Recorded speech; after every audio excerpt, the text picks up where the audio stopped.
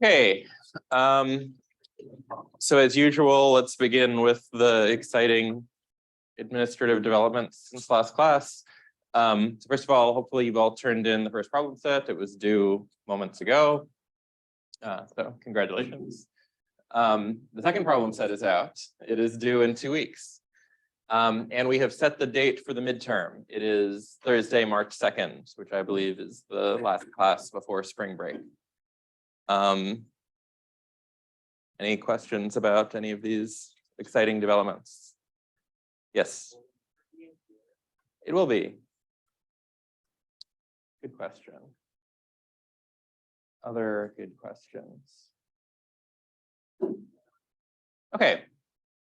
So let me refresh our memories of sort of where we are both in this special 2-part series on the polynomial weights algorithm and more broadly the trajectory of the narrative of the class so far. So we've been studying how people playing in games get to equilibria, sort of generally. And in particular, we studied for the first couple of classes this very simple dynamic called best response dynamics, and we showed that sort of inevitably in a reasonably expressive class of games called congestion games, that best response dynamics converges to pure strategy Nash equilibria. That was pretty nice, you know. And in particular, like the sort of philosophical message here is that this should boost our confidence, at least for congestion games, that pure strategy Nash equilibria are plausible, computationally plausible predictions, because if people behave in this sensible and reasonably flexible manner described by best response dynamics, that's where they're going to end up. But then we observed, okay, best response dynamics doesn't converge in every game. It can't converge in games that don't have pure strategy Nash equilibria, and it doesn't even converge in every game that do have pure strategy Nash equilibria. And so we wanted to position ourselves to ask the question, what are other sort of sensible learning dynamics that maybe have nice game theoretic properties if people play them in games, and just to sort of think about what we mean. Like ideally, we would have like best response dynamics, a class of reasonable learning algorithms that people could use, such that if most people in the game played any algorithm in the class, we would converge to some notion of equilibria, hopefully quickly.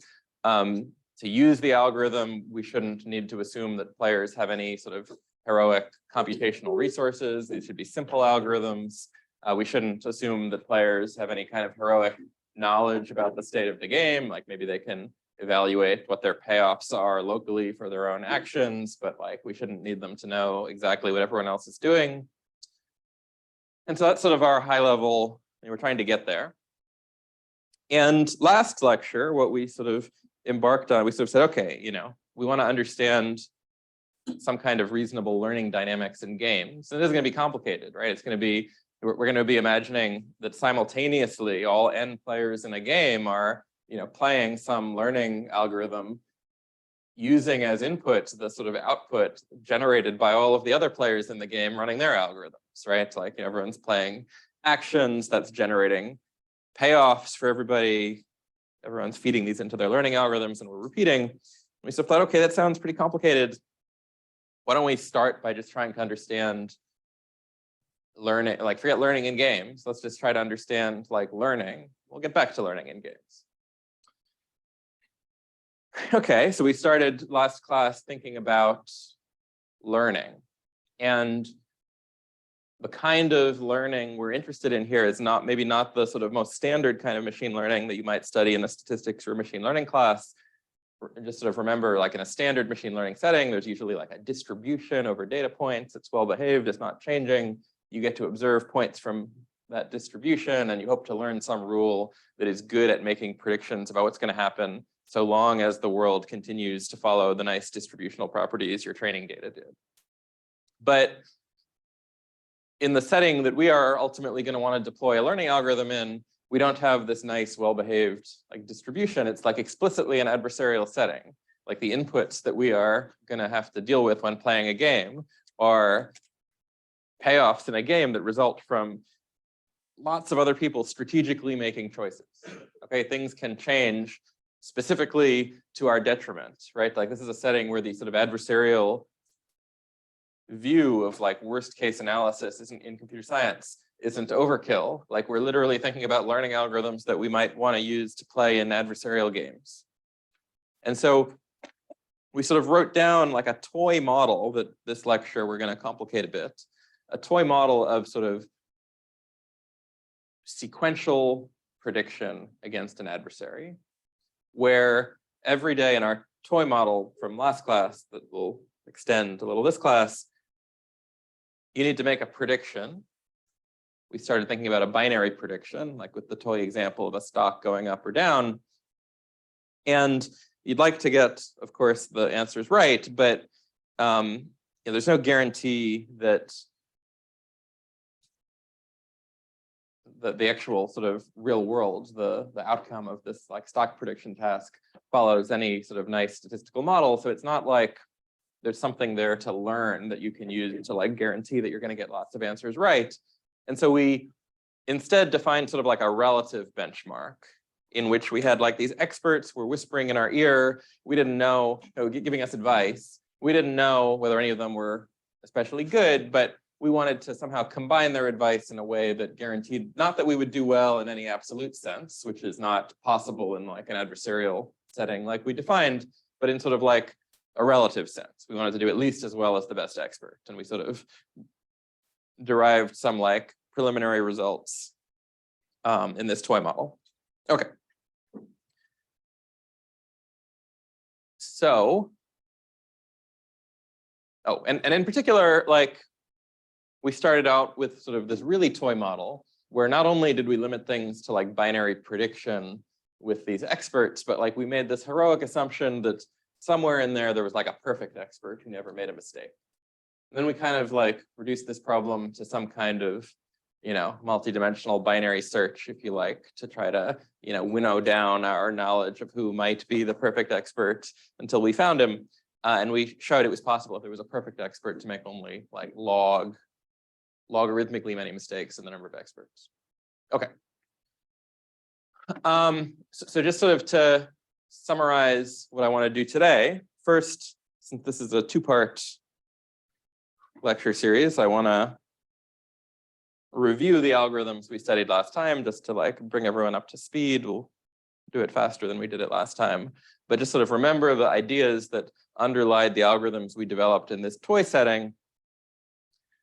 And remember, like my promise was that we were going to derive these algorithms in this toy setting and sort of iteratively complicate them until we got to an algorithm in a setting that was actually rich enough to use to play a game. So like the reason I'm gonna spend time reminding, bringing you fully up to speed again on the stuff we covered last class is because we're gonna pick up exactly where we left off and continue modifying these algorithms until we get one that has sort of a nice set of guarantees.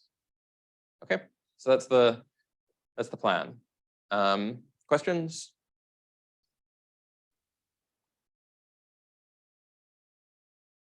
Okay, so let's first start by remembering the toy setting we studied last time.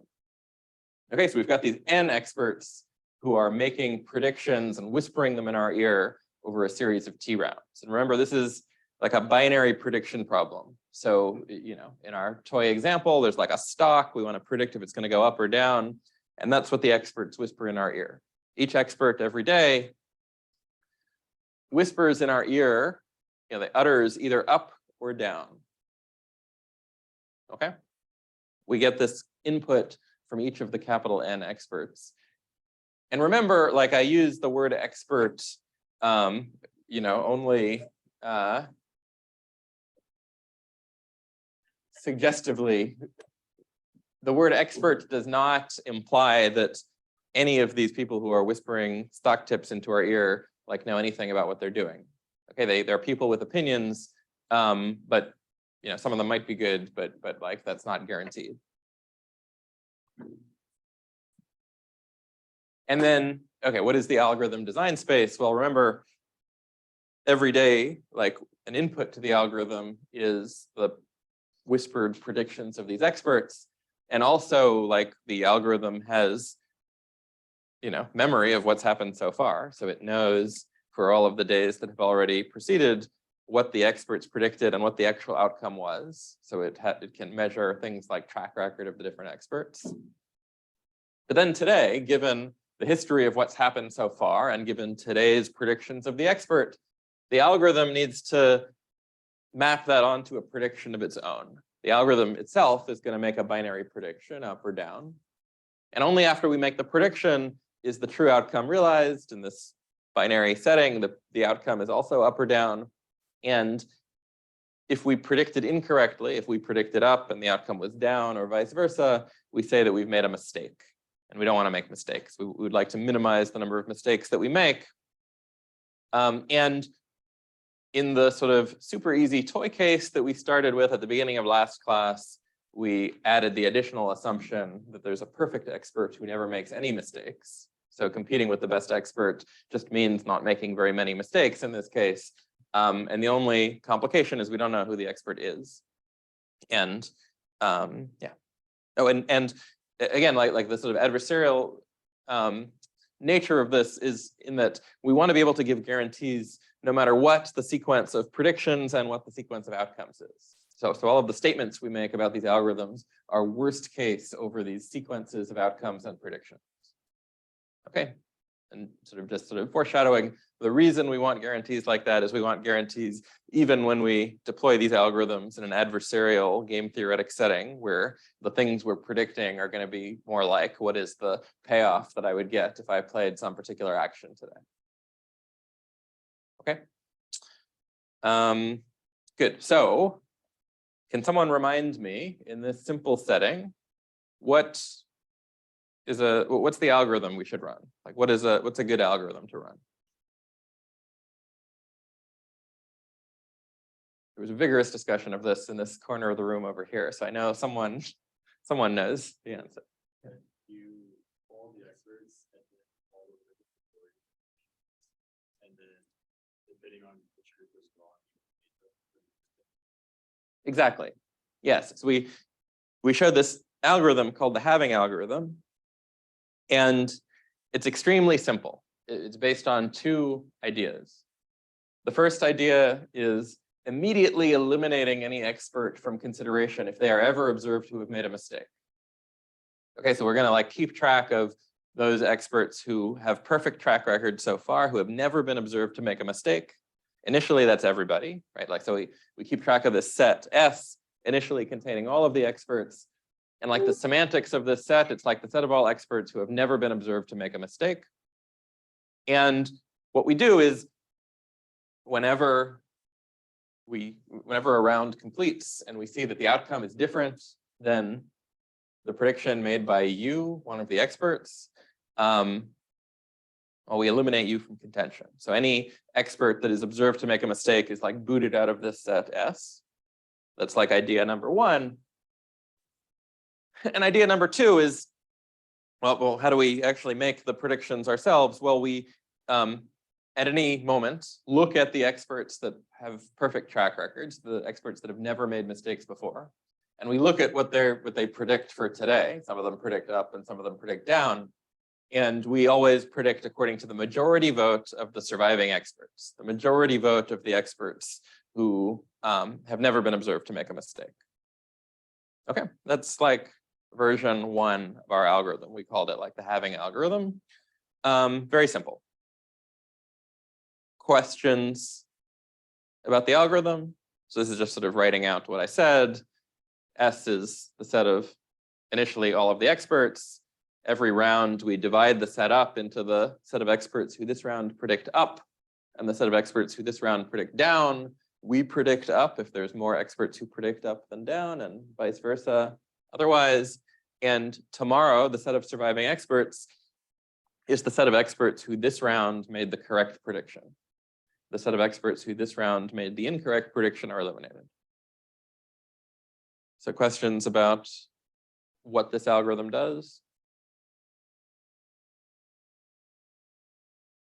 Okay. And what we proved last class is that in this world where there is exactly one perfect expert, or at least one perfect expert, but someone who doesn't make a mistake, then if there's n experts in total, no matter what the realization is, no matter what the sort of sequence of outcomes and sequence of predictions is, our algorithm can never make more than log n many mistakes. And can someone remind me what is the proof of this statement? Yeah. Because each time you make a mistake, you have to eliminate all the experts that you have. So essentially, in most cases, you make mistakes.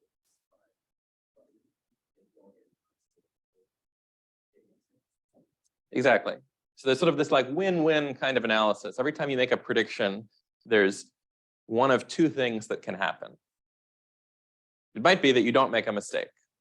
That's great. Now, if you don't make a mistake, you also might not make much progress towards learning who is this perfect expert, but like somehow that's okay because you didn't make a mistake today. On the other hand, like you might have made a mistake today, but what we can say is on any day on which you make a mistake, you make somehow quantifiable progress towards learning who is the perfect expert. And so, although we cannot promise that at the end of this, you'll know who's the perfect expert, we can promise that you can't make too many mistakes because you can't sort of make substantial progress towards a goal that is only a fixed distance away without eventually getting there. And sort of saying that with just a little bit more detail, because the algorithm predicts according to the majority vote of all of the surviving experts, it must be that whenever the algorithm makes a mistake, the majority of the surviving experts were observed to make a mistake as well. The reason the algorithm made a mistake is the majority was wrong. And therefore, since we eliminate all of the experts at the end of the round who've made a mistake, whenever we make a mistake, we eliminate at least half of the remaining experts. Right, so on any round on which we make a mistake, the set of remaining experts is cut at least in half. On the other hand, like the set never goes, the set always has cardinality at least one. The set of surviving experts is never empty because of our assumption that there's a perfect expert out there. And so like, well, if our set starts at size n, and it's every time we make a mistake, it's cut in half and it never goes below 1, well, how many times can that happen? Well, at most log n times. And since we can cut a set of size n in half at most log n times before we get down to 1, and since we've tied this event that we care about, the algorithm making a mistake to cutting this set in half, therefore, we've proven that the algorithm can't make more than log n many mistakes. Okay, makes sense. Questions? Yes. So would it be undesirable for all the experts to be right, to all vote the same thing and always be right, because then you would make your. So this is part of like the win-win analysis. So like you're right, this argument does not say that we will eventually identify the perfect expert, like that the set will come down to size 1. It might be that every round nobody makes a mistake, but that's fine because then we make 0 mistakes because we go with the majority vote, right? So it might be even that every round some people make mistakes, but just fewer than half because we go with the majority vote. In that world, we don't make any mistakes, which is even better than making log n mistakes. And right. So the theorem is not that we sort of identify. It's not that the set S has size 1 at the end of this. It's somehow that either we don't make many mistakes, or we quickly winnow this set down to size 1. And once we've got it down to size 1, we can't make any more mistakes. One of these two things must happen. It's sort of a win-win kind of analysis. And yeah, this is a good thing to like zoom in on because this is the, as we complicate this algorithm, this is sort of the nugget of the analysis that's going to carry through. Other questions?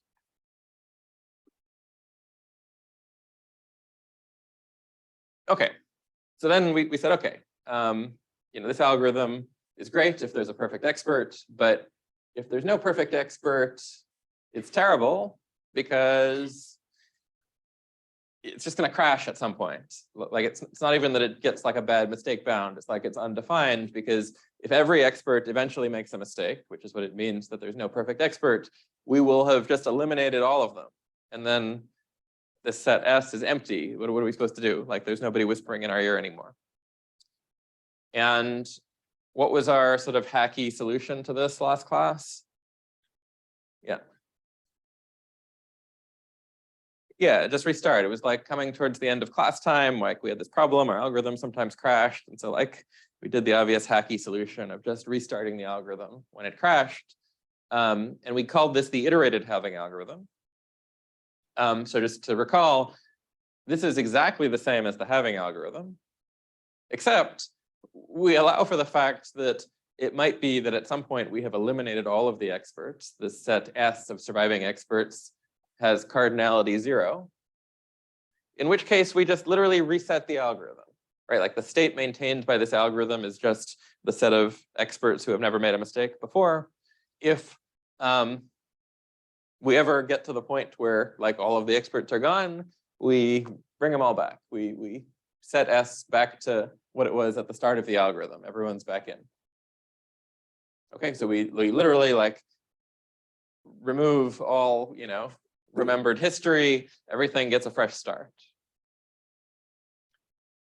And although this was sort of a dumb algorithm, we proved, well, sort of a dumb bound, but at least a non-trivial bound. We proved that this iterated halving algorithm, if the best expert makes opt mistakes, makes at most log n times opt plus 1 mistakes. So a non-trivial bound, like in particular, it recovers the bound of the halving algorithm. It's exactly log n when opt is 0, which is when there's a perfect expert.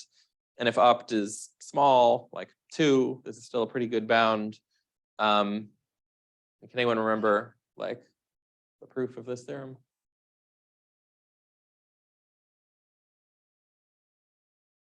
Yeah.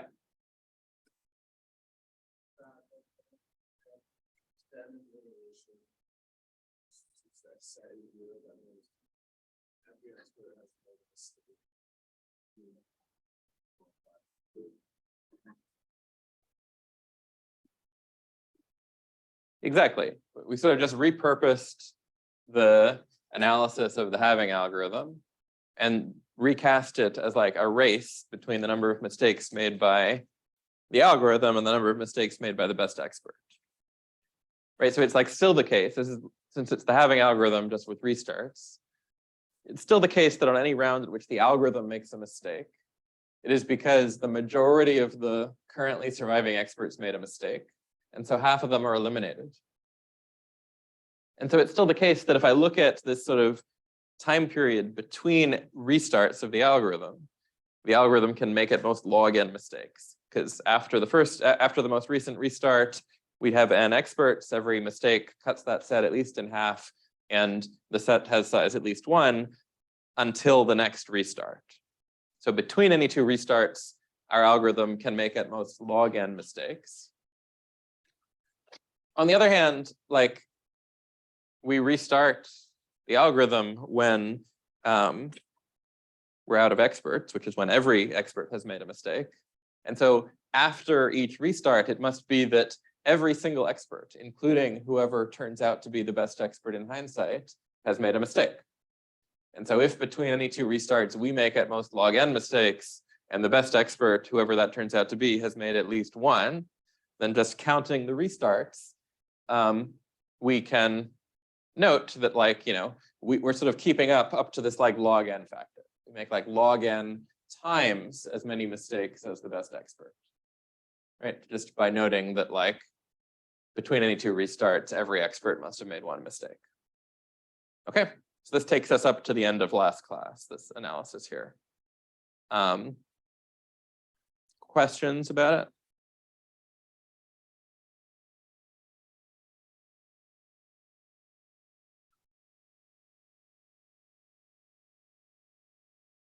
Okay, I guess we did one other thing last class, which is complain about this bound.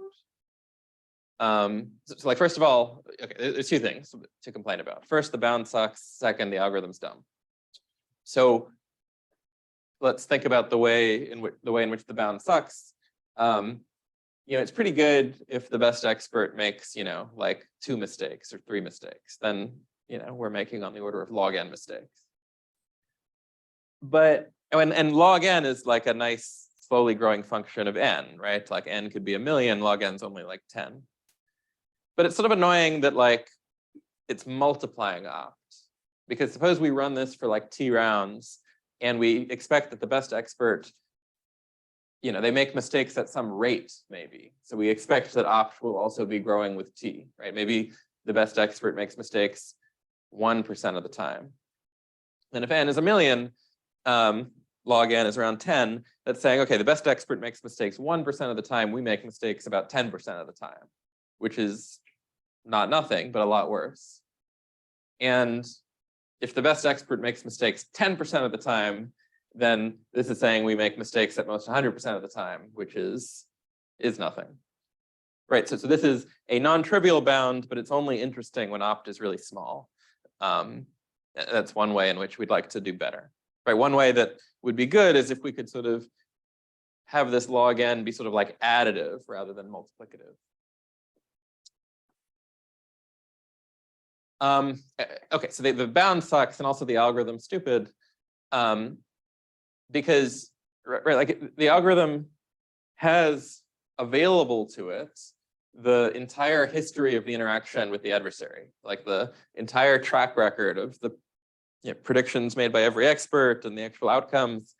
And yet this algorithm, after every reset, forgets everything it's learned.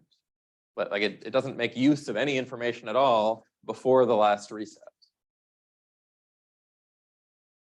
So we sort of said, okay, like the fundamental problem with this algorithm seems like it's this, that it's sort of forgetting all of the information it learned. And the reason is because we sort of hacked together the iterated halving algorithm from the halving algorithm, which was really designed for this world in which there was one perfect expert. If there was one perfect expert, and I was promised that, then it really does make sense to like eliminate from consideration any expert that I've ever seen make a mistake, because I know for sure they're not the perfect expert. But if I have no reason to think that there's anyone who's going to be perfect, like why would I eliminate someone from consideration entirely if I observed them to make like a single mistake? Like that doesn't really make sense. Of course, I should eventually like stop, giving as much credence to people who consistently make mistakes. But like maybe there should be like a soft version of this where I don't eliminate people, I sort of downweight them in my consideration a little bit every time they make a mistake. Okay, so like one idea is maybe that rather than sort of making this like binary decision to like eliminate experts or not, maybe I should sort of do some kind of softer accounting where I downweight experts. Okay. So that is the idea. So let me give you, okay, so we saw sort of version 1 and 2 of this algorithm. I'm going to give you version 3, which is not the polynomial weights algorithm yet. That's going to be version 4. But version 3 will be, again, like one step beyond the iterated halving algorithm and will not get us all the way to where we want to be. And just to remind us of where we want to be, well, first of all, we'd like to operate in a more general setting than this that isn't just about binary prediction. Because for binary prediction, it's not yet clear how to use that to play in a game. Like in a game, ultimately we have like some set of k actions or something. We want to do something like predict the payoff of each of the k actions and pick like the best action or something. So that's not a binary prediction problem. Okay, so the next algorithm we're going to see still operates in the binary prediction setting. But like in terms of the bound, like ultimately we'd like to get this like log n term down to 1 and maybe have a bigger additive term. Like we don't mind having, like a log n term, additive term, but like we really want the multiplicative term to be 1 so that we can say things like, if the best expert makes mistakes 49% of the time, then if we run the algorithm for long enough, we too won't make mistakes more than 49% of the time. And this next algorithm won't quite get the log n down to 1, but it'll get it down to 2.4, which is, kind of close to 1. Okay. So this is called the weighted majority algorithm. And before you try to read the pseudocode, let me just tell you what it is, because it's basically the halving algorithm, but with this one new idea of downweighting people rather than eliminating them from consideration. So first of all, the way we presented the halving algorithm, the algorithm kept around a set of people, the people who had never made mistakes, and it eliminated people from the set. People were in the set or they weren't. So another way to think about that is everyone in the halving algorithm had a weight. It's just that weight was either 1 or 0. Your weight was 1 if you were in the set, and it was 0 if you were not in the set. And what it meant to take the majority vote of the people who were still in the set, well, it meant to take the majority vote of the people who had weight 1. Okay? Or said another way, everyone got to vote, and the weight of their vote was equal to the weight the algorithm maintained for them. But if your weight was either 1 or 0, if your weight was 0, that sort of corresponds to you having no weight at all in the vote. And if your weight was 1, you had equal weight to everyone else who was 1. This is the same algorithm, except the weights are not 0 or 1 anymore. So we will maintain a weight for every expert. Initially, all of these weights are 1. This is kind of like in the halving algorithm, initializing the set of potential perfect experts to be everybody. Initially, everybody is equally weighted. Everyone starts out with sort of weight 1. And then when it comes time to make a prediction, rather than counting the number of surviving experts who predict up and counting the number of surviving experts who predict down, what I do is I sum up the weight of the experts who predict up, and I sum up the weight of the experts who predict down. Okay, so let's say that at round T, WU is just the sum of the weights of all of the experts who predict up, and WD is the sum of the weights of all of the experts who predict down. And rather than going with the majority vote, I go with the weighted majority vote. I go with, I predict up if the experts who predict up cumulatively have more weight, and otherwise I predict down. Okay, so note, if the weights were 0 or 1, this is just the majority vote. Right, if the weights are 1 if you're still in the set and 0 if you're out of the set, then the weight on up is just the number of experts who are still surviving, who have weight 1, who predicted up. And similarly, the weight on down is just the number of surviving experts who predicted down. And then, okay, so I make my prediction according to the weighted majority vote. And then I see the outcome, and I see that some of the experts made mistakes. And if the line in the algorithm here said, for any expert who made a mistake, set their weight down to 0, then this would literally just be the halving algorithm. This would be just another way of expressing the halving algorithm with weights rather than a set. It would be literally the same algorithm. And so it is this line here that is the only change between the halving algorithm and the weighted majority algorithm.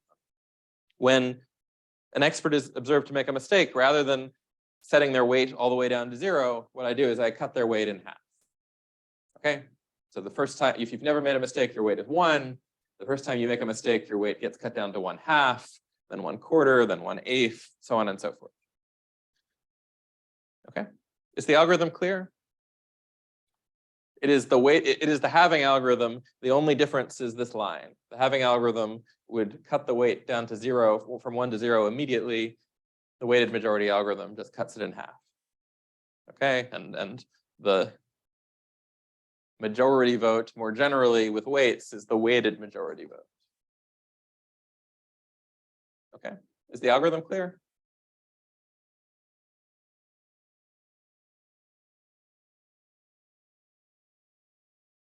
Okay. So I want to prove this theorem.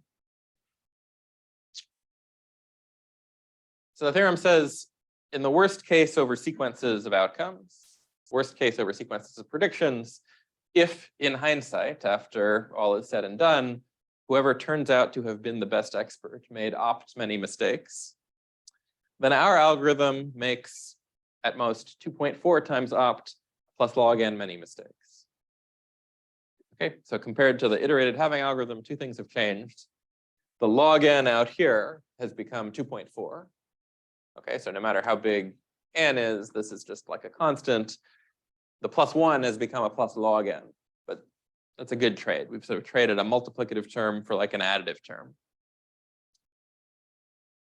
And so, right, like if you think about running this for a long time and looking at the ratio of the number of mistakes our algorithm makes compared to the number of mistakes of the best expert, the sort of log n, that's a term that sort of is going to go to 0 as we average out over sufficiently many rounds. And you can sort of like think about this theorem as saying, in the long run, our algorithm will make at most 2.4 times as many mistakes as that of the best expert. Okay, compared to what the iterated halving algorithm did, which made log n times as many mistakes. So still not what we want. Our ultimate goal is to get the 2.4 down to 1. We want to say we make, in the long run, no more mistakes than that of the best expert. But like this is pretty good progress towards that. Okay, so before we prove the theorem, are there questions about the statement of the theorem?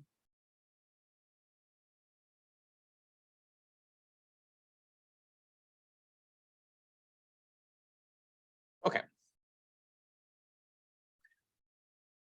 So let's go through the proof now. And if you understand the proof of halving algorithm, you will understand this proof as well. It's the same kind of win-win kind of analysis. It's going to say, look, there's two things that can happen. Either we don't make a mistake on a particular round, that's great. Like then it doesn't contribute to like our mistake bound. Or if we do make a mistake, then somehow we make quantifiable progress in learning. It's just that we're going to have to measure our progress in learning differently than we did before. Before it was just the cardinality of this set of remaining experts. There is no set of remaining experts anymore, so it's going to have to be something about the weights. Okay, that's really conceptually, that's the only difference. So let's give names to the things we care about. Okay, so in particular, we want to make sure that like what we want to prove is that our algorithm can't make too many mistakes in the worst case.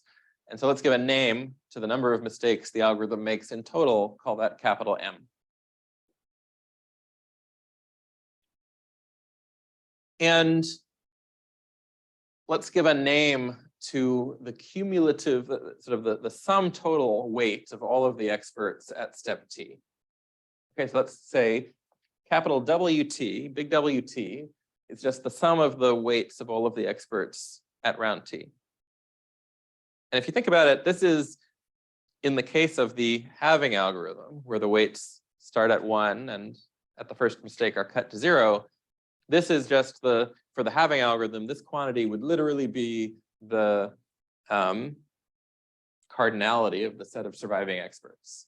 So for viewing the halving algorithm as the special case of this algorithm, where the weights are immediately cut to 0, this is the thing in the analysis of the halving algorithm that we kept track of. We said, look, whenever you make a mistake, this thing is cut in half and it can never go below 1. Okay, so like this quantity is going to more generally behave a little bit differently than that, but like maybe you've got good reason to think that this is a good quantity to look at. This was sort of the metric on which we made progress when we analyzed the halving algorithm. Okay. So for the halving algorithm, right, like what did we need to do? We needed to tie the event that we made a mistake to a change in this quantity. In particular, like we said, whenever we make a mistake, since we went with the majority vote, this quantity was cut in half. The number of at least half of the experts made mistakes, and so the set of surviving experts was quite cut in half. Now, we go with the weighted majority. So if we make a mistake, we know that not that half of the experts made a mistake, but that experts that cumulatively corresponded to at least half of their weight made mistakes. And we don't set their weight down to 0, but we cut their weight in half. So what can we say about what happens to WT, the cumulative weight of all of the experts, on a round at which we made a mistake? What happens to it?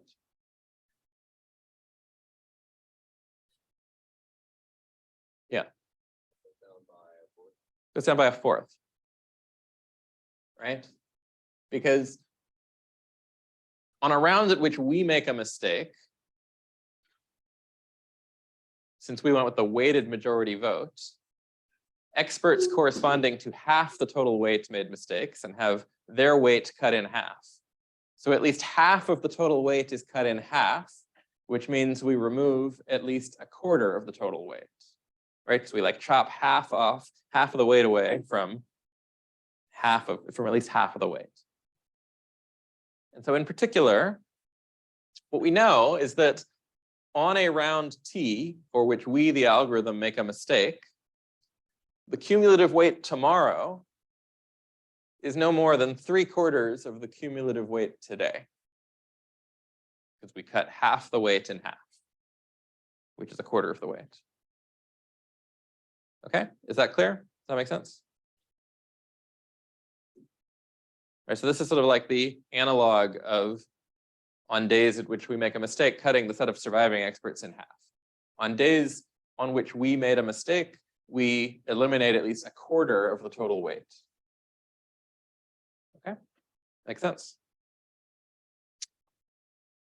Okay, now in the analysis of the halving algorithm, when there was a perfect expert, right, like this was half of the argument. We said, okay, like the set of surviving experts is like cut in half every time we make a mistake. The other half of the argument was that there was one perfect expert, and so the weight could never go below 1, right? And that was important, right? Like you can only cut something in half, you know, something that starts at n, you can only cut it in half log n many times before you get down to 1. Of course, you could keep cutting it in half forever if you have no lower bound. So we need some analog of there being like only one remaining expert, at least one remaining expert at the end. Okay, but like summarizing what we've learned so far, right? Since the cumulative weight starts at n, right? Since there's n experts, each of which who start with weight 1, and on any round at which we make a mistake, we cut the surviving weight by a factor of 3/4. That means that at the end of the interaction, at the end of time, if our algorithm has made m mistakes, it must be that the cumulative weight is at most n, what it started with, times 3/4 raised to the power of m, the number of mistakes we make. Because every time we made a mistake, we cut it by 3/4, maybe more. Okay, so like half of this argument is saying, look, if we, the algorithm, made a lot of mistakes, the weight at the end has to be very small because we cut it by a multiplicative factor every time we make a mistake. So the other half of this argument has to be that it can't get too small. Okay, so like our goal is to compare our performance, the number of mistakes we make, m, with the number of mistakes made by the best expert, whoever that turns out to be. Now we have a name for the number of mistakes made by the best expert, that's opt. So let's say that I star turns out to be the best expert. This should say I star here. The weight of the best expert, we know what that is at the end. It's 1/2 raised to the power of opt. Because the best expert started with weight 1, and every time he made a mistake, we cut his weight in half. And by definition, that happened exactly opt many times. So his weight, the weight of the best expert at the end of all of this is 1/2 to the opt. But the cumulative weight, capital WT, is the sum of the weights of all of the experts. And the weights of each expert is non-negative.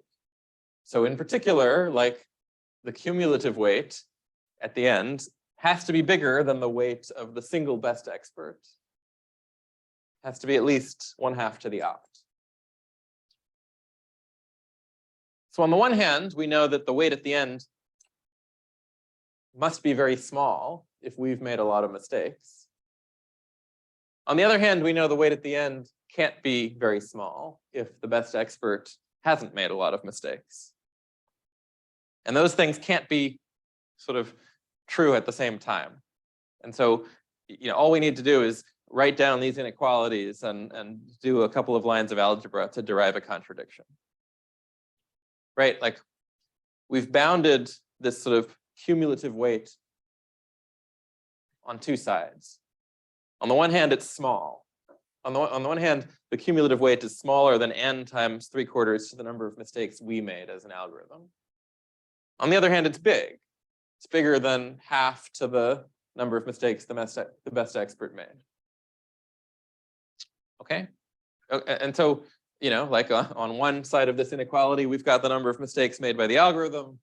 On the other side of the inequality, we've got the number of mistakes made by the best expert.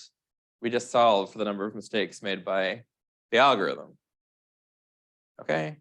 4/3 raised to the number of power. The number of mistakes made by our algorithm is at most the number of experts times 2 to the number of mistakes made by the best expert. And solving the number of mistakes made by our algorithm is at most 2.4 times opt the number of mistakes made by the best expert plus log n. Okay, so that's it. So again, the analysis of this algorithm was extremely similar to the analysis of the halving algorithm. We kept track of basically the same thing. In the new language, that's just the sum of the weights of all of the experts. We said every time the algorithm makes a mistake, the cumulative weight is substantially reduced. And so if the algorithm makes a lot of mistakes, the cumulative weight has to be very small. On the other hand, it's at least the weight of the best expert. So if the best expert didn't make very many mistakes, it can't be too small. And the only way those things can both be simultaneously true is if the number of mistakes we make is not much bigger than the number of mistakes of the best expert. That's the proof. Questions about that? Yeah.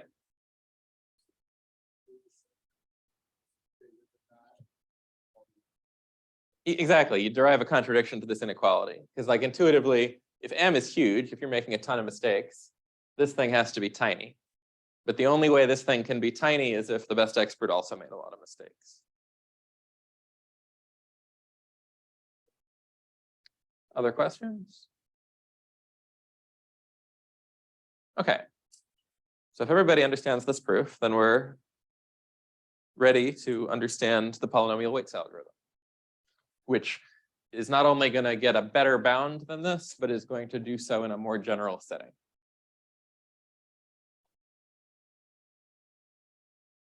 So let's get greedy and think about all of the things we might want out of a adversarial learning algorithm.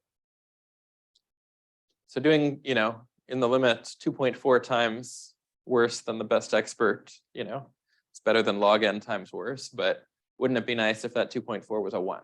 We'd like to really be able to say with a moderately straight face that we do eventually as well as the best expert, not 2.4 times worse.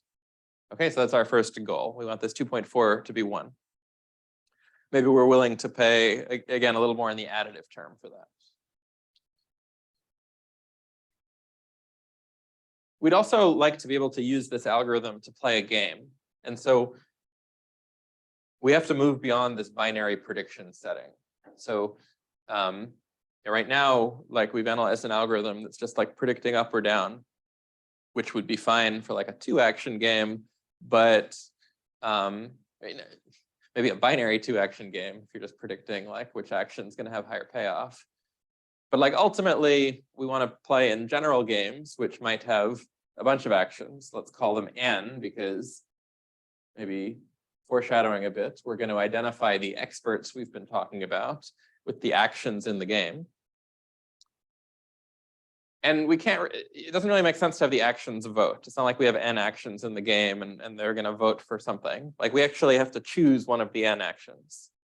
So we want an algorithm that makes sense in a setting where there's not just two actions, but there's like n distinct actions. And so far, again, we've been thinking about this in a very black and white way. We sort of have been, we're like, predicting a binary outcome, and so we've been thinking about being right or being wrong. But in like in a game, it's not like we chose like the right action or the wrong action. Like actions are wrong to different extents because we have like this real valued like utility function or cost function, right? Like I might choose something that wasn't today a best response, but maybe it wasn't so bad if I got utility almost as high as that of the best response, right? So is that a wrong action? Well, it's a lot better than other actions that were also not best responses, but had terrible payoff. So we don't want to think about things just in this sort of black and white way as right or wrong anymore. We would like the experts to have arbitrary real valued costs every round. Okay, so that we can think about these as like the costs that we as a player might experience when playing a strategic game. Okay. So I want to like define an algorithm in like a more general setting that gets a better bound than the weighted majority algorithm. So let's write down this more general setting that we will see is, again, like just as the weighted majority algorithm was a simple generalization of the halving algorithm, this more general setting is sort of a natural generalization of the setting we studied before. The setting we studied before is a special case of this. So we still have n experts, but it's no longer going to be the case that the experts whisper into our ear and we choose one of two predictions. What we're going to do is every round, we're going to choose one of the experts. Okay, and you can think about that as a generalization of the binary case where, if we decided to predict up, what we really did was choose one of the experts who predicted up. And if we decided to predict down, we chose one of the experts who predicted down. But like more generally, when there's more than two actions, if the different experts are like telling us to do different things, we can think of what the algorithm does as choosing one of the experts and following their advice. And foreshadowing just a little bit, if the experts are actions in a game, this will correspond to playing the corresponding action in the game. Okay. So the algorithm chooses an expert. And then, in our old sort of choice setting, we saw an outcome and each expert was right or wrong. But now, like each expert, after we make our choice, experiences some loss that can be any number between 0 and 1. Okay, so again, this generalizes our previous setting. If the losses were just binary, 0 or 1, then we could think of some of the experts as being right and some of the experts as being wrong. But more generally, the experts have some real valued loss. And we, the algorithm, experience the loss of the expert we chose. Okay, so again, like generalizing the previous setting, if we chose up by picking an expert who predicted up and they were wrong, we too would be wrong. But more generally, we get the loss that they get, some real valued loss. Okay, so we choose every round which expert to follow. We're following their advice. They get some loss, we get the same loss. Also, the experts we didn't choose got some loss that round.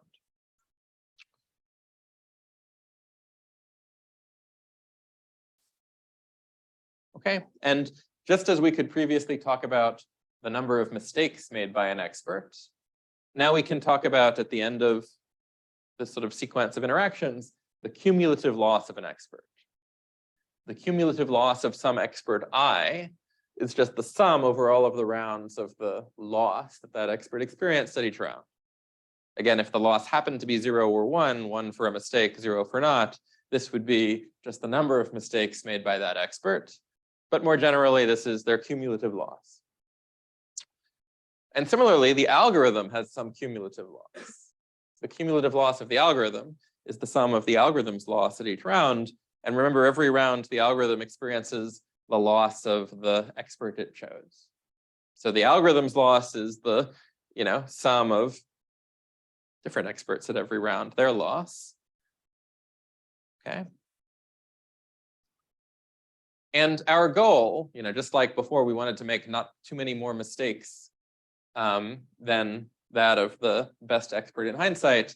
Our goal is to design an algorithm that is guaranteed, in the worst case, to obtain loss that is not much worse than that of the best expert in hindsight. We would like to prove a theorem that says that no matter what sequence of losses is realized, that the loss of the algorithm can be upper bounded by something that is not too much bigger than the loss of the best expert in hindsight.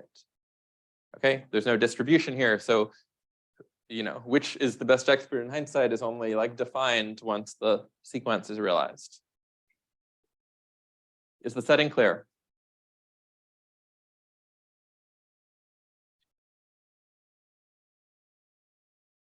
Okay. So we're going to think about, we're going to give an algorithm that operates in this setting. It's called the polynomial weights algorithm. And again, just as the weighted majority algorithm was sort of like a small tweak on the halving algorithm, you can think about this as sort of a tweak on the weighted majority algorithm. This is sort of going to be a smoothed version of the weighted majority algorithm, smoothing away some of the rough edges. And there's two rough edges that I sort of want to focus on in the weighted majority algorithm that we're going to smooth away. So one was that, we sort of criticized the halving algorithm for sort of making this arbitrary choice. As soon as someone made a mistake, we removed them entirely, and we said, okay, the weighted majority algorithm is going to be more clever. It's just going to downweight them.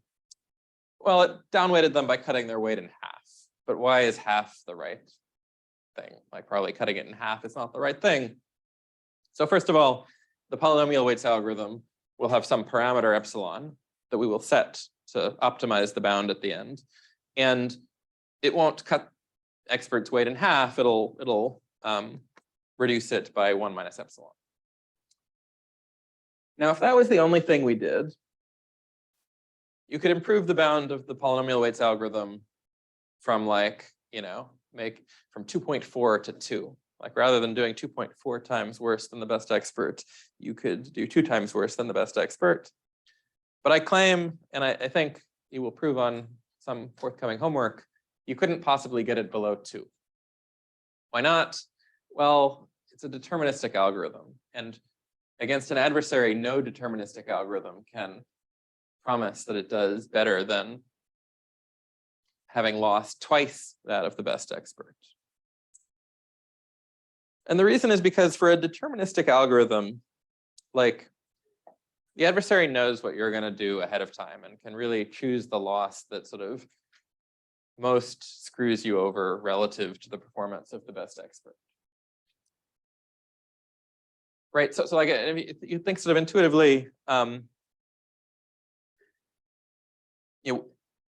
we're making this very sharp deterministic distinction in the weighted majority algorithm of predicting according to the weighted majority vote. It makes perfect sense to favor experts that have better track records over experts that have worse track records.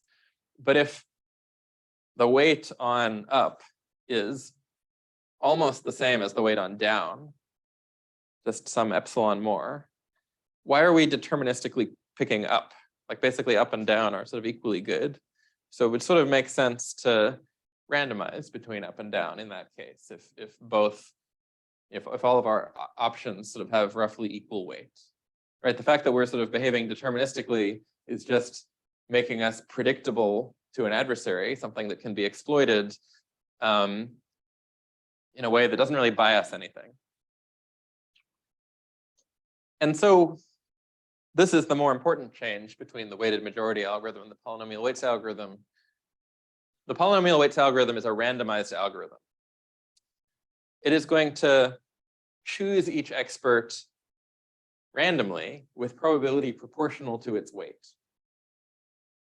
Okay, so if you sort of think about the weighted majority algorithm, this is like saying, okay, I'm not going to go with up or down deterministically according to which has the larger weighted vote.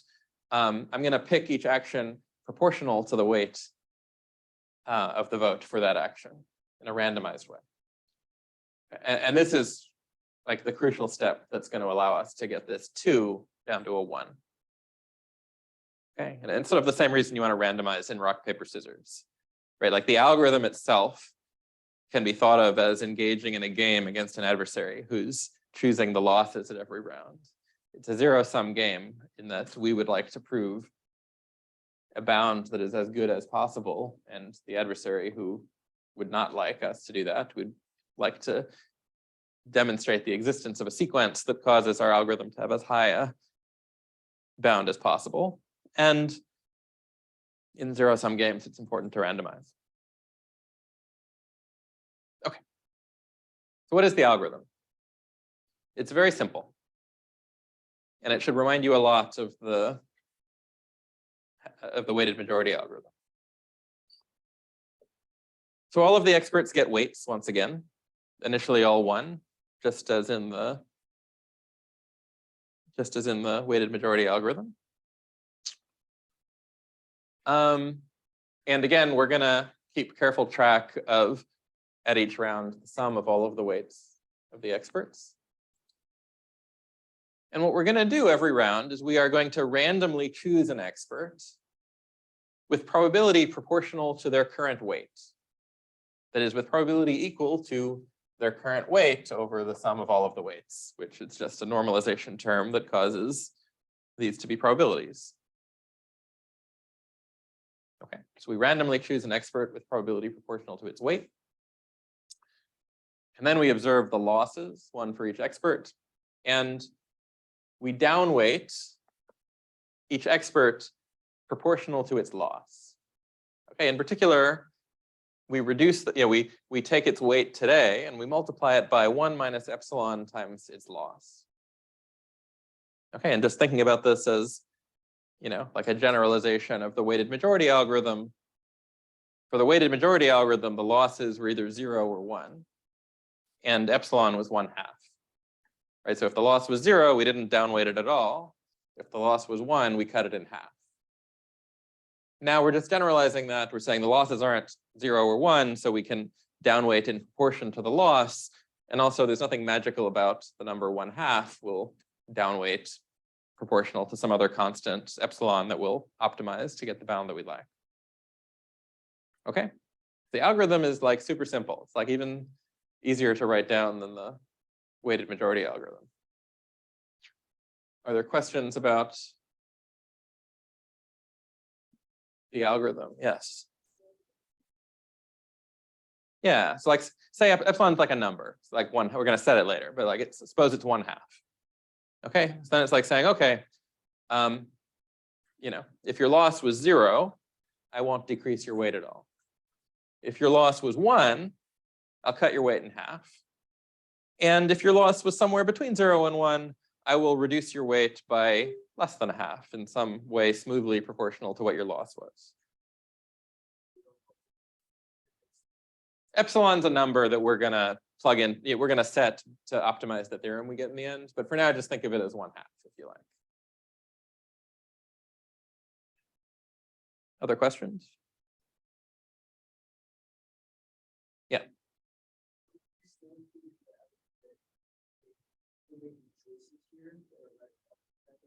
They're not right or wrong. They're going to have some loss, which is between 0 and 1. So we choose an expert.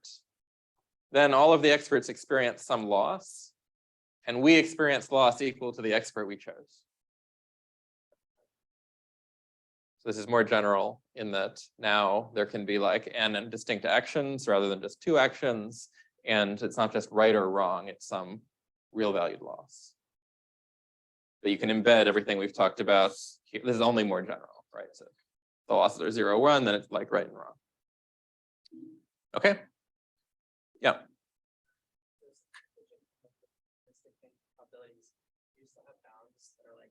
This is the worst possible case, or is it like, oh, maybe we'll get like really unlucky, but on that value? Good. So what is the kind of bound we might hope to prove? We still want to prove things that don't assume any distribution over the losses. We will prove theorems that hold in the worst case over sequence of losses, but our bounds will now be an expectation over the randomness of the algorithm. And we could have high probability bounds as well, but in expectation is a little easier to deal with. Okay, is the algorithm clear? Okay. Here's the theorem we're going to prove. In the worst case over sequences of losses, for any sequence of losses, and for any expert K that we care to compare ourselves to, if I look at the average expected loss of the polynomial weights algorithm, the expectation here is over the randomness of the algorithm. It's worst case over sequences.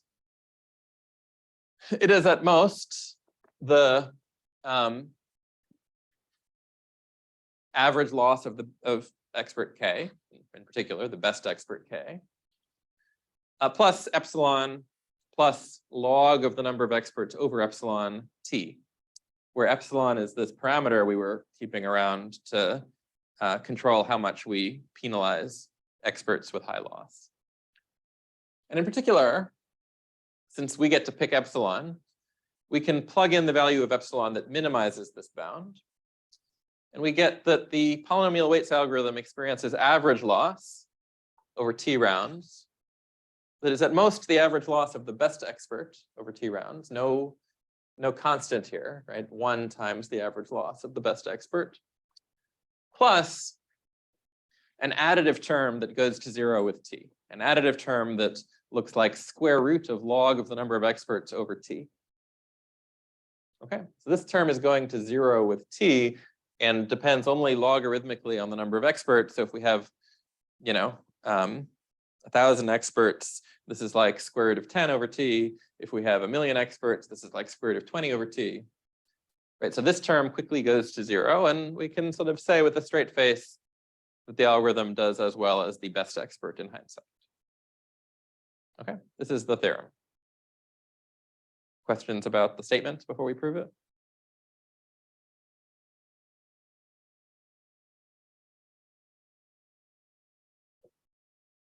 And just to be clear, right, the expectation here is over the randomness of the algorithm, not over the data sequence. We make no probabilistic assumptions about the sequence of losses that arrive. And so in particular, we will be able to apply this theorem for any sequence of losses without knowing any structure on them. And so in particular, we can apply it when playing a game against opponents that we assume nothing about. Okay, like you can think about using this to play a game where the experts are the actions, the losses are like losses in the game, are like negative of our utility function, given what everyone else did that round, assuming we played that action. And this would say that this gives us an algorithm for choosing actions in a game whose such that it guarantees our cumulative loss, our cumulative cost in the game is no more than the cost that we could have experienced had we looked in hindsight at what all our opponents ended up doing and best responded to that, played the best action in hindsight, which is the best response to their cumulative actions. Okay, just foreshadowing a little bit about what we're going to do with this algorithm.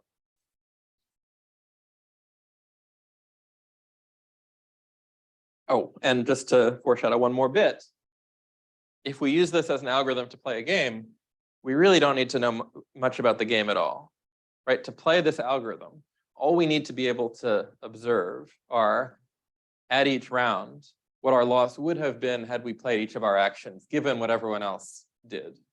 We don't need to know anything else about counterfactuals, about losses we would have obtained had other people done different things. We just need to be able to evaluate, given what actually happened, what losses did we experience? Yeah. Is there anything to say about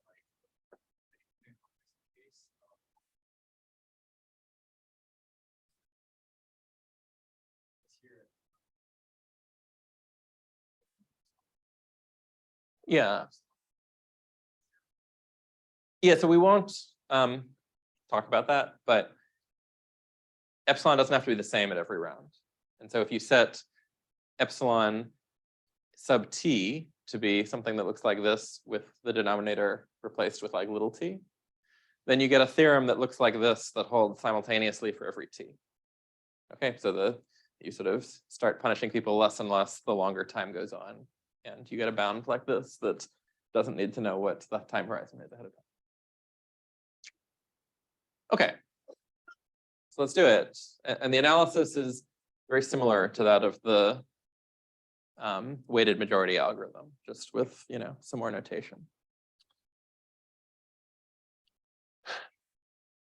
So again, we need to give names to the things we care about. So just as before we were keeping track of the number of mistakes made by our algorithm, now more generally, we're keeping track of the loss experienced by our algorithm. And let's say that f of t is the expected loss of our algorithm at time t. Expected loss now because our algorithm is randomized. Now, by linearity of expectation, the expected loss of our algorithm cumulatively over all t rounds is just the sum of the expected losses of our algorithm at each round. Okay, so the thing we care about, the expected loss of our algorithm, can be controlled if we can get a handle on the expected per round loss of our algorithm, ft. If we understand these f little t's, then we can control the expected loss of the algorithm overall. That's going to be our goal. Now, the expected loss of our algorithm at round t is not some mysterious object. Like we know exactly, like once you tell me what the losses are, I can write down exactly what this is, right? Because what am I doing? Like I experience the loss of the expert I pick. So if I pick expert I at round t, the loss I experience is LIT. And what is the probability I pick expert I? Well, I pick each expert with probability proportional to its weight. So the probability I pick expert I is just the weight of expert I over the cumulative weight of all of the experts. And my expected loss at day t is just the sum over all of the experts of the probability that I pick that expert. That's this ratio here times the loss I experience if I pick that expert. Okay, so we have an expression for the expected loss of the algorithm at day t. Now remember this sort of proof strategy that we use to analyze the weighted majority algorithm. We want to connect the performance of our algorithm to the evolution of the cumulative weight of all of the experts. We want to be able to say something like, if at round t, our algorithm has high expected loss, then the weight will decrease by a lot. The cumulative weight will decrease by a lot. That was sort of the thing we were getting leverage out of in our analysis of the weighted majority algorithm.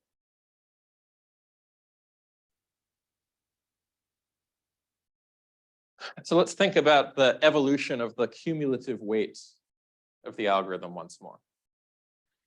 Okay, once again, it starts at n. There's n experts, and they each have weight 1 initially. So the cumulative weight at the first round, it's n. Well, let's think about, suppose we know what the cumulative weight is at day t.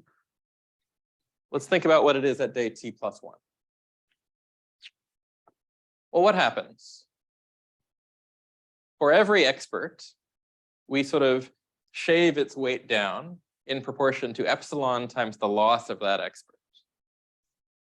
So we started with weight WT at day t, and then this is the cumulative weight summed over all of the experts. We removed some weight from each expert. Well, how much did we remove from each expert? Well, from expert I, we removed an epsilon times Li fraction of its weight. So we removed epsilon times the weight of that expert times the loss of that expert weight for expert I. And we removed weight in that manner from all n of the experts. And so our weight has reduced by this amount. Now this expression looks kind of familiar. This is the numerator of our expected loss at day t. And so our cumulative the cumulative weight at day t plus 1 is just the cumulative weight at day t times 1 minus our expected loss at day t, right? Because the cumulative loss at day t times our expected loss at day t just cancels out the denominator, and we're left with this sum here. Okay, so once more, we can connect our decrease in cumulative weight exactly to the expected loss of our algorithm. If our algorithm has high expected loss at day t, that means the cumulative weight will decrease by a lot.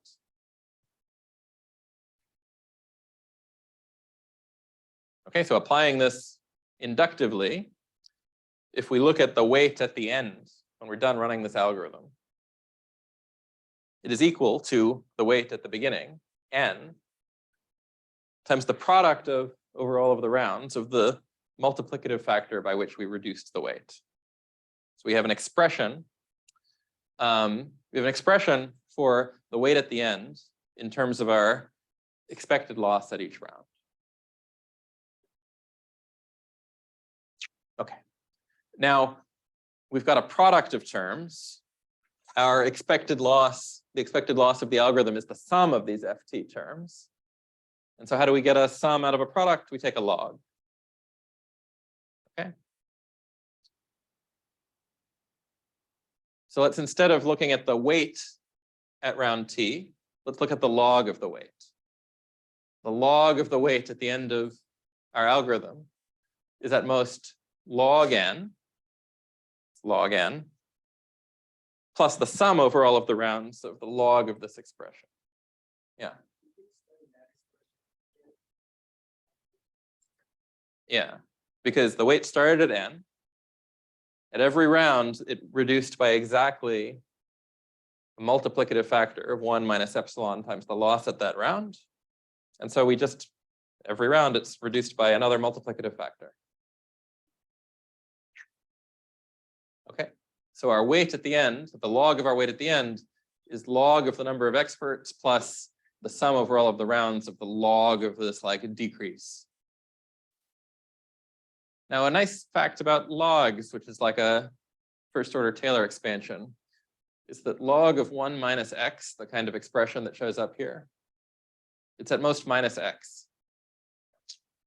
And so we can bound this by log n minus epsilon times the sum over all of the rounds of the loss of the expected loss of the algorithm at round t. And this, remember, is just the expected cumulative loss of the algorithm. So on the one hand, we've sort of completed the first half of the argument.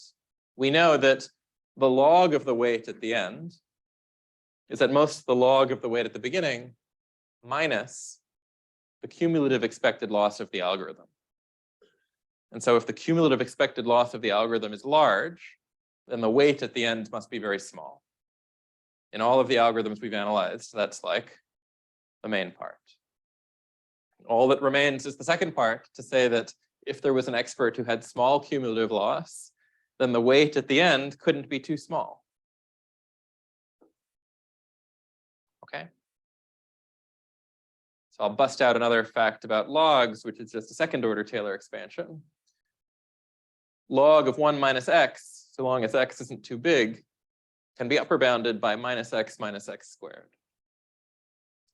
And we're going to use exactly the same naive little trick that we used in the analysis of the weighted majority algorithm. The cumulative weight of the algorithm at the end, right? It's the sum of the weights of all of the experts. So in particular, it's at least the weight of the best expert. So the log of the cumulative weight of our algorithm at the end, it's at least the log of the weight of the best expert at the end. Now I know, again, an exact expression for the log of the weight of the best expert in the end, because I know exactly how the weight of the best expert evolves. Every round it's multiplied by 1 minus epsilon times the loss of the best expert at that round. And again, using my fact about logs to get rid of the log, I can bound this by the negative sum over all of the rounds of the loss of the best expert times epsilon, minus the sum over all of the rounds of the loss of the best expert times epsilon squared. And the first term is just epsilon times the cumulative loss of the best expert, the sum of the loss of the best expert over all of the rounds. And the second term, well, who knows what this term is? It looks confusing, but if epsilon is less than 1 and the losses are bounded between 0 and 1, each of these terms is bounded by epsilon squared. And so this whole thing at the end is bounded by epsilon squared t. And that's it. Right? Now we've upper bounded and lower bounded the cumulative weight W. Now we can get rid of W, and what's left is this inequality we've proved. Because on the other hand, on the one hand, W must be at least as large as this. On the other hand, it must be smaller than this. And solving, this gives us our theorem statement, right? Through the sum of the weights, we've related on the one hand, the cumulative loss of our algorithm. On the other hand, the loss of the best expert. And the only way for these inequalities to be consistent with one another is if the loss of the algorithm is not much more than the loss of the best expert in hindsight. Okay, this is just solving for the loss of the algorithm. And that's it. So, any questions? Right, and the reason I sort of presented this by going through 4 variants of the algorithm is that although there might be like aspects of this analysis that look complicated, there's more algebra than before. There's these like, Taylor expansion kind of inequalities. The main idea ultimately is the same as the analysis of the weighted majority algorithm, is ultimately basically the same as the analysis of the halving algorithm. We're just keeping track of the sum of all of the weights. We're showing that if the algorithm performs very poorly, the weights become very small. If the best expert performs very well, the weights don't get too small. And the only way those things can be simultaneously true is if the algorithm doesn't perform much worse than the best expert. That's the heart of all of these proofs, including this one. Yeah.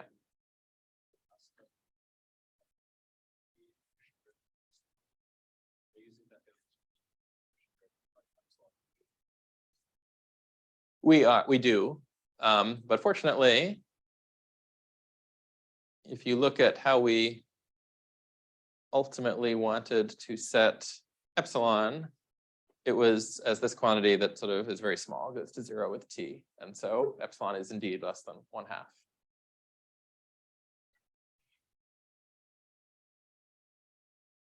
The very last step, he says, like, how do you compare to the best expert versus Oh,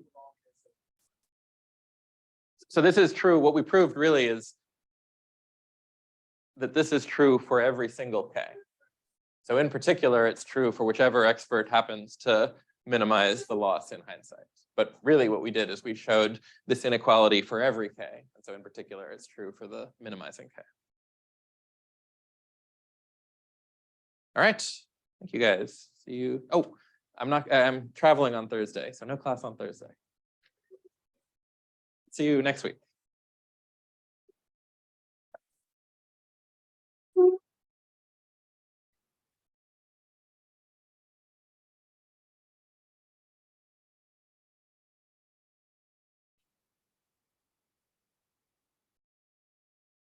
Come on.